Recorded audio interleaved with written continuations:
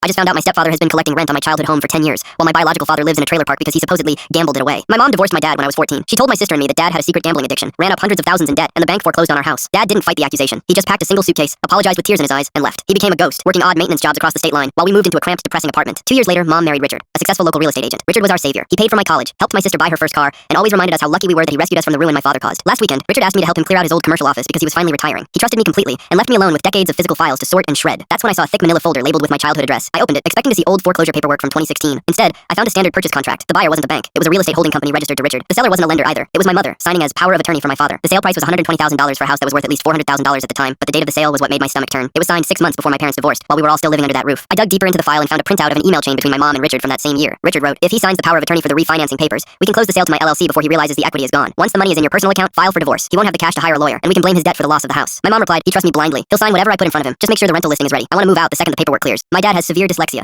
and always let my mom handle our finances, signing whatever she told him was for taxes or insurance. He didn't gamble. He was working 80 hours a week at the local concrete plant just to keep us afloat, while his wife was plotting with her lover to steal his only asset. I didn't confront my mom or Richard. Instead, I drove 3 hours to the rundown trailer park where my dad lives. When he opened the door, he looked 20 years older than his age, wearing faded work clothes. He was shocked to see me, but smiled warmly, offering me a seat in his cramped kitchen. I laid the emails and the deed on the table. He stared at them for a long time, his hands shaking. When he looked up, his eyes were wet. "She told me I signed a bad business loan when I was hospitalized with pneumonia," he whispered. "I thought my own stupidity ruined your lives. I lived with that shame every single day." He had spent a decade in poverty, believing he was a failure because my mother gaslit him into protecting her reputation. I grabbed my dad's hand and told him we were going to fix this. Yesterday, I delivered the files to a forensic accountant and a heavy-hitting litigation attorney. This Saturday, my mother and Richard are throwing a massive retirement party at a local country club. I just RSVP'd for 2. My dad is finally coming home.